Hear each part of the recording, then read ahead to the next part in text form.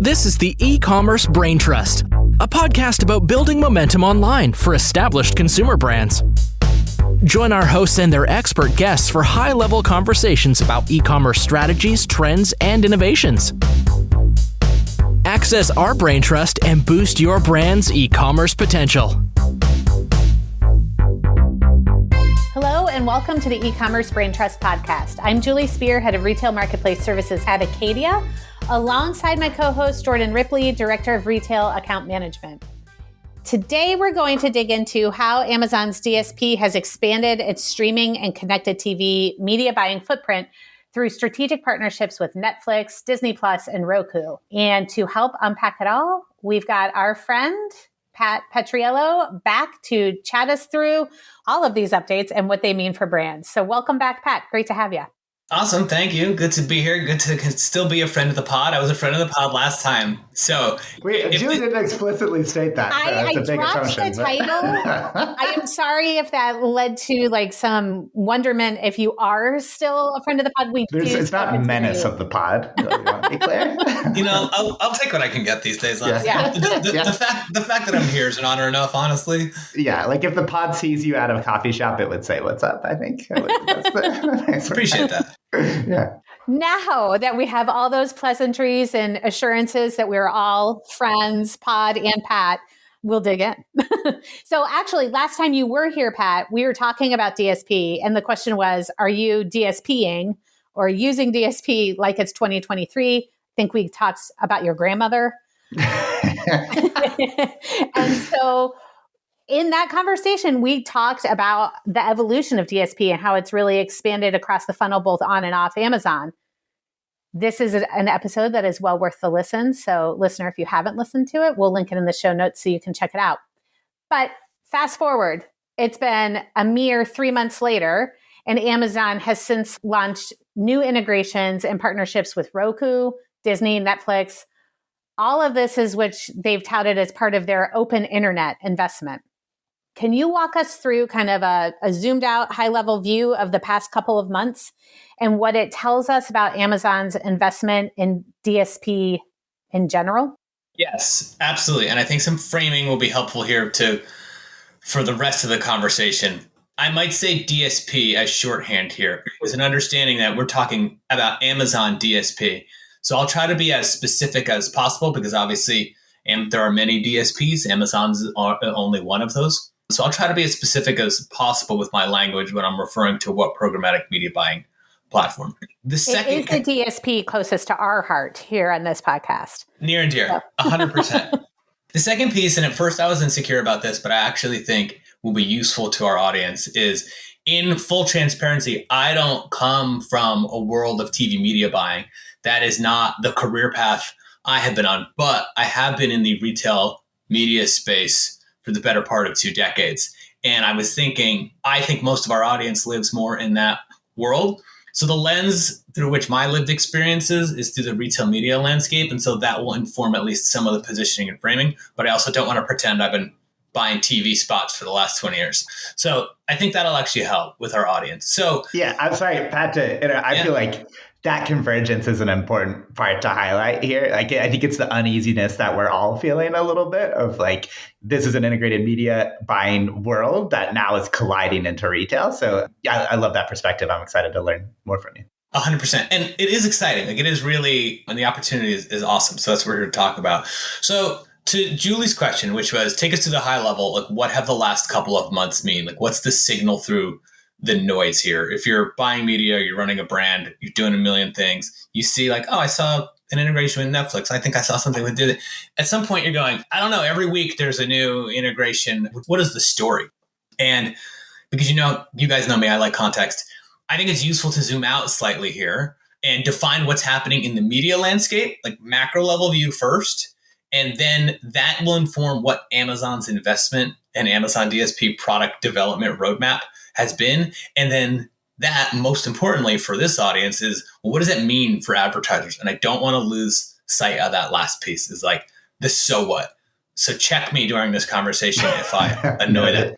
So just briefly on the macro level, what is happening in the digital media landscape is the era of cheap clicks and free audience access across Google, Meta, and Amazon is largely over. To a large extent, the low-hanging fruit has been harvested.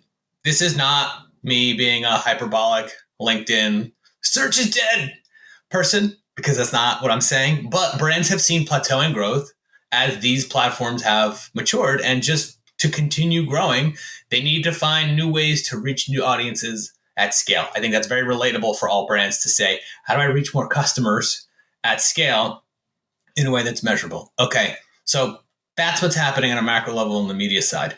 At the same time, linear TV is dying. And that's not a Pat opinion. It's according to a Nielsen report. This happened for the first time this spring. In May of 2025, streaming TV viewership surpassed both broadcast and cable linear TV combined in the US, so accounting for almost 45% of all TV usage. And that, as you would imagine, is largely driven by your cord cutters, your younger audiences, and increasingly, as I think we can all relate to, people moving to services like YouTube, Netflix, etc. Soccer has me wherever European soccer goes, that I'm subscribing to that service or that set of services. So they have me captured. I also am a subscriber to YouTube TV, which will come up in this conversation, which is different than a streaming TV app, but it's not cable either. So the takeaway from that is the eyeballs are moving. The eyeballs are not where they used to be. Now, to get to your question directly then, which was, again, what are these integrations about? It's about enabling authenticated reach for advertisers through a single buying platform, which is Amazon's DSP. And so now with the partnership with Roku, which I know we'll speak about in a bit in more detail, Amazon's DSP now reaches 80%, which is over 80 million connected TV households on an authenticated basis. And that authentication piece is key when we come to unique identifiers. So that allows for one-to-one targeting and measurability. So I'll tease a little bit that we're going to talk about AMC here too. So in simple terms, this means that Amazon's DSP, what is different now from the first of the year, Amazon's DSP is now becoming nearly one-stop shop for reaching connected TV viewers across premium inventory beyond Amazon's owned and operated Prime Video, Freevee, Twitch, IMDb, into publishers like Paramount, Fox, Warner Brothers, Discover, Pluto, Tubi, Disney, Netflix, the Fubos, the Slings of the world here. And so the last piece is that it's important to note is for Amazon, this is about unlocking opportunity for non-endemic advertisers, and transparently, that's where big budgets are. This is the pitch they take to Visa, to, State Farm Insurance, to Verizon when they're trying to unlock those media dollars. But it has tons of application for endemic brands as well. I know it's a long-winded answer, but that framing at least helps me think about this conversation from a directional sense. Yeah, I feel like there's two, repeating back there's two larger drivers here, right? There's the consumer shift. I used to watch TV on a set-top box or on cable or whatever. Now I watch it through a streaming app or connected TV. And then there's the technology shift, which is now we have retailers or new entrants in the sort of open internet, meaning we can serve you ads programmatically through connected TV, whereas before I would just have to do a big linear TV buy, and technology has unlocked that capability to me across retailers, across ad servers. Totally. I would add the third piece, which is brands are running out of places to go to get right. Yeah, and so there's a choice. There's a problem that's driving these solutions, right? I think if we still had this long runway of search, this would be a solution looking for a problem, but it's not. The problem is raising CPCs, hard to get incrementality, hard to get new to brand. Everybody and their mother and my grandmother, even from beyond the grave, getting I knew she was going to show up in this conversation. She loves ADSP. Always has, honestly. So the problems or the challenges are real, and so it's necessitating this. Yeah. Well, and so let's dig into the brand side kind of considerations a little bit more. Again, harking back to that last episode, one of the key principles there is traditionally brands might have thought of my budget is how much do I grab from sponsored and reallocate to DSP, and the sort of shift that we were recommending in that thinking is okay, start with your goals, then understand how I allocate across the funnel for both sponsored and DSP that's not necessarily a trade-off of those budget line items. This seems to take it one step further up, which is, okay, now we're not just talking about the world of Amazon or a given retailer where it's sponsored versus programmatic. We're talking about programmatic versus all of your other TV, linear CTV buys across any number of programmatic solutions. We've had legacy players in this space between Trade Desk, DV360, ADSP, now more and more becoming part of that conversation. So, I realize there's going to be a variety of perspectives here, depending on who you talk to and how they're sort of aligned in the programmatic space. But I'm just curious, Pat, given your background, given all the conversations you've had with our Amazon reps, with brands, where do you see Amazon as really putting their thumb down on where they see their differentiation point as they enter more and more into this legacy TV buying landscape?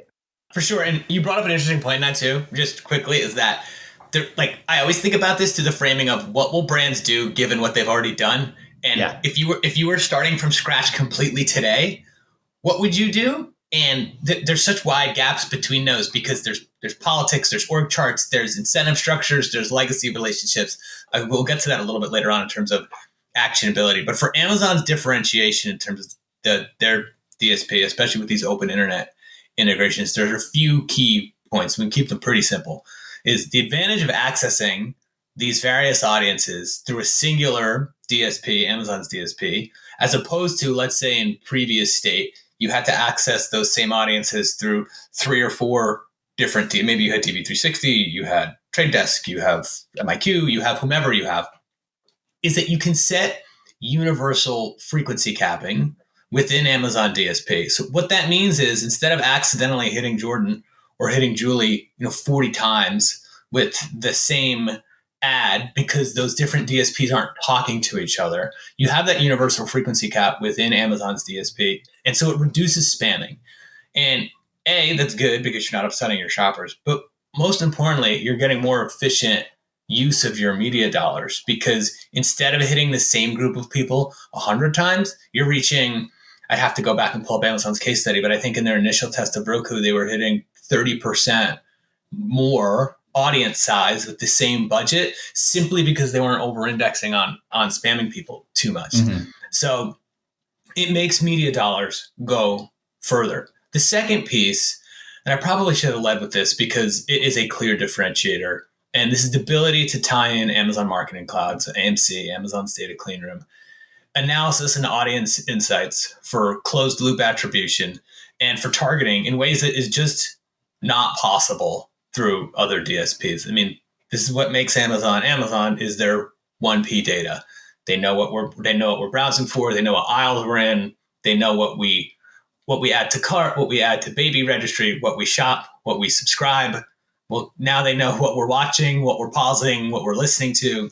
Sounds scary, actually, when I put it in these terms. But because there are trillions, actual trillions with the T of unique Amazon shopping, streaming, and browsing signals, you can't get that anywhere else because Amazon is unique in that spot. The other, and this is a little more nerdy, but Amazon's programmatic guaranteed rates mean working media dollars go further on Amazon DSP. So Amazon's DSP fee for programmatic guaranteed is 1%, whereas the industry average is 4%. And so this is different than Amazon audience fees. This is their programmatic guaranteed fees. So people don't get confused of oh my God, how did you get a 1% media fee? But that's a 75% fee savings from 4% to 1%, right? If you're spending, I'm putting myself in the spot with math. If you're spending $1 million, that's a saving of $30,000 in working media, which is really important. So I'd say those are the 3 biggest differentiators right now. Now, to be clear, and I would be remiss if I didn't mention it, I think somebody listening who's come from the world of maybe Google or from search is going, how is he not going to mention this? Is there will always be 2 huge gaps. YouTube TV and YouTube, because those are Google's owned and operated inventory, in the same way that Google will never, ever, ever have access to Amazon Prime Video, IMDb, Twitch, and Freevee. I rarely say never in this industry. I'm pretty confident those nevers are gonna hold up. So Actually, not to promote myself, but I recently posed a question on LinkedIn last week, and I said, it makes me wonder, do advertisers actually need any other platforms beyond Amazon DSP and Google TV 360? But it was a genuine, earnest question because, like I said, that's not necessarily the world I came from. Anyway, useful.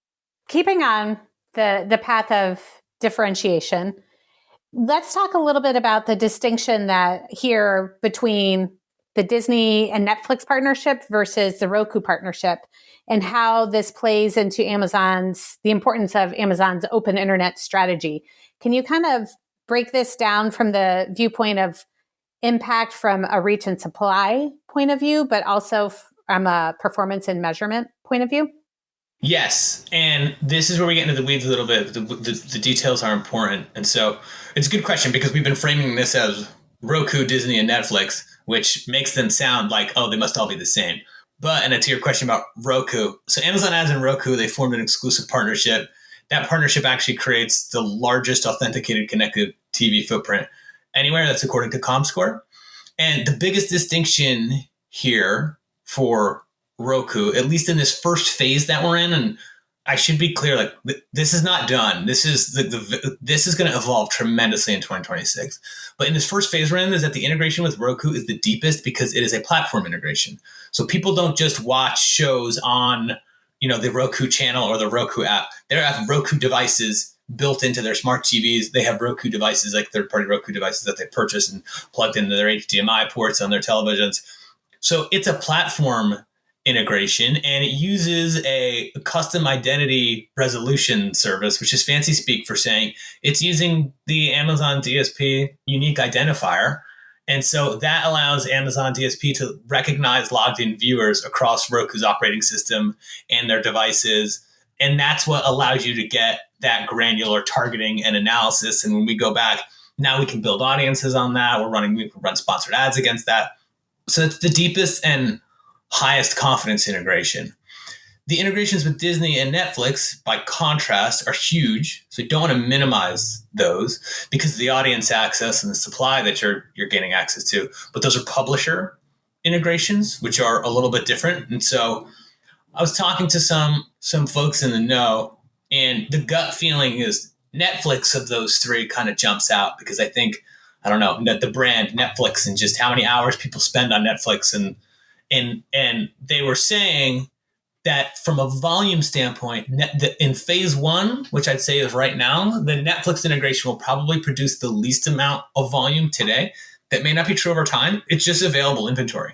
And so there's more authenticated available inventory in Roku. And so if you had to push me on it, if I were a brand and I had to make a choice of where to do a test first, it would probably be with Roku. Although that's a beta. I think we'll get into that.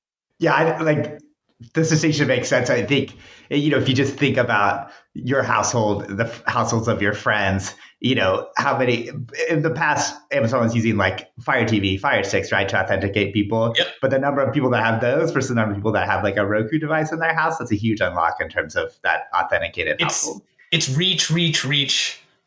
That is what this is all about. Yeah. And I remember seeing this other great graphic from Andrew Lisman, this was a few months ago, of, the percentage of connected TV broken out by publisher or platform. And, Netflix was something like 5%. Disney was another 3%. So, there's meaningful chunks of the connected TV market that Amazon just carved out and funneled up here. So that's important. What's interesting, and I admit I don't know, I think when we're referring to these numbers, and I'm talking about these numbers, I'm pretty sure I'm talking about US specifically.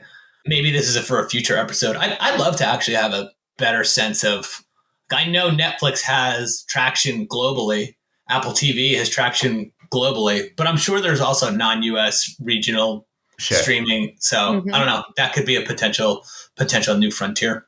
Are you inviting yourself back for a follow-up? Pat, lurker of the pod. Yeah, this would be a frenemy of the pod, or what? He keeps coming back. Well, always be selling.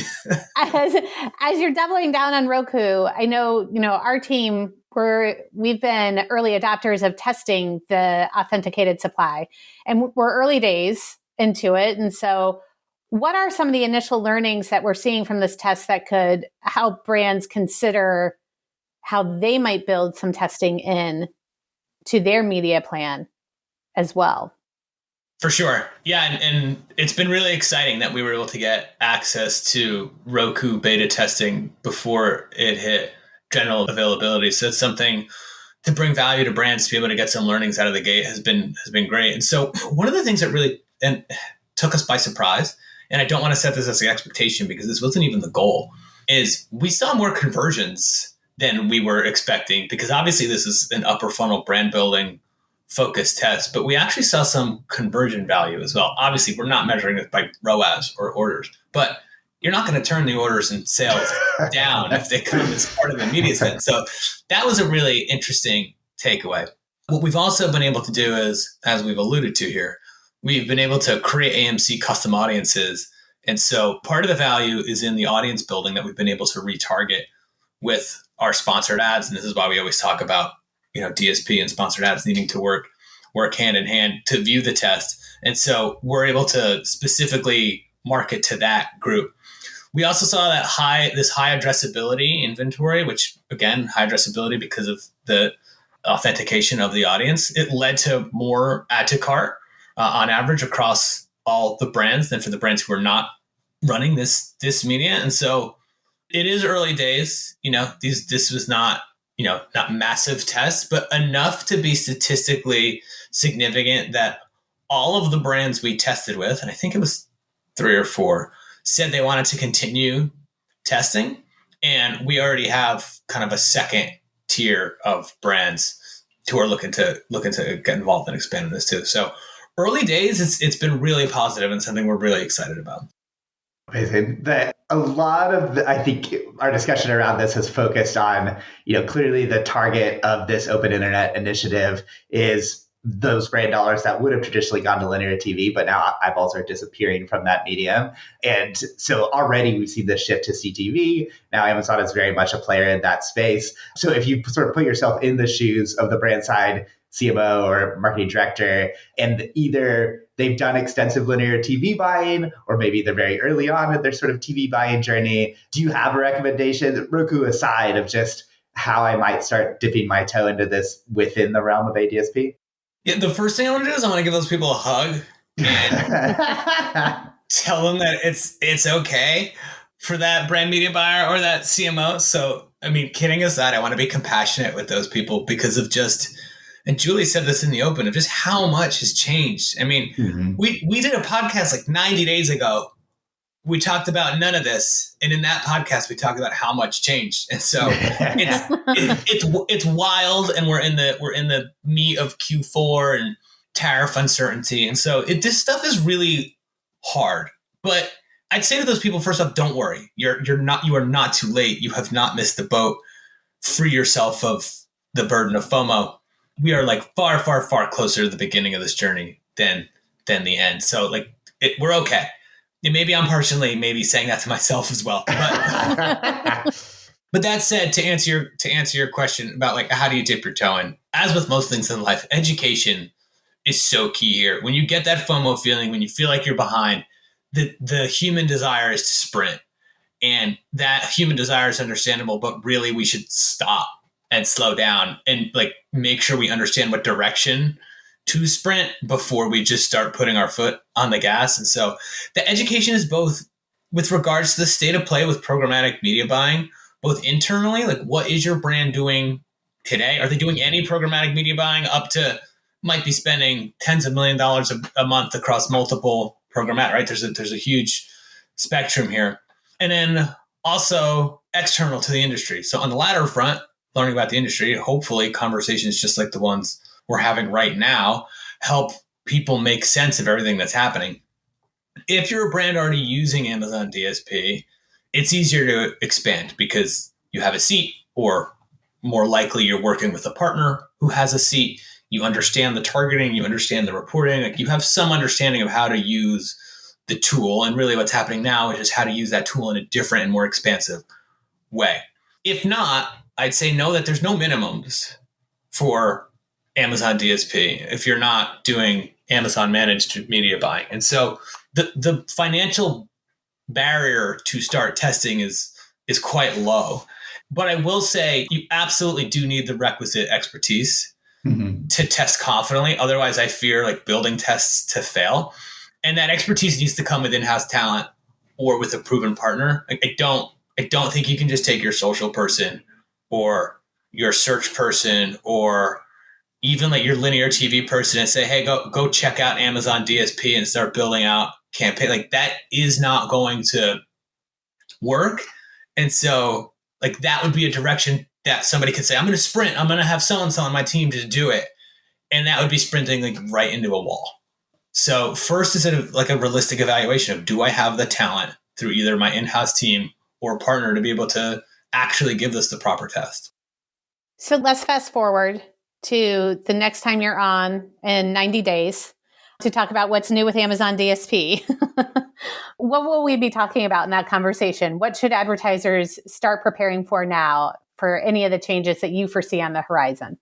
Okay, so it's funny because when I saw this list of questions before the pod, I was like, oh, that's an interesting one. And then there was news between when that list of questions and actually us recording now.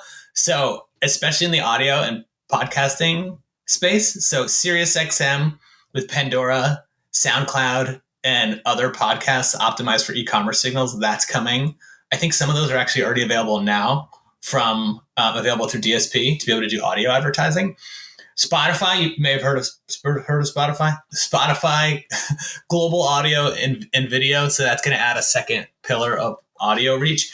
What I've been told from folks at Amazon about the podcast piece, and I think you get this, is brand protection is really, really key there, and making sure your ads don't appear on who knows, maybe they would deter podcasts such as this one. Where does that put us? So brand safety is key there. And then looking further in the future, and this is just my own pontificating, Amazon is going to be a huge, huge player in the purchase of major sporting broadcast rights. Oh, for sure. Like 100%. We're already seeing it. Again, I follow European soccer very closely. And so I don't see it here in the States because all of the English Premier League here in the States is through NBC networks and Peacock. But in the UK, like a good chunk of the matches that they have to watch are through Amazon Prime Video in the UK already. So like that is happening. More rights are coming up, and the sports leagues are smart. So who has the money?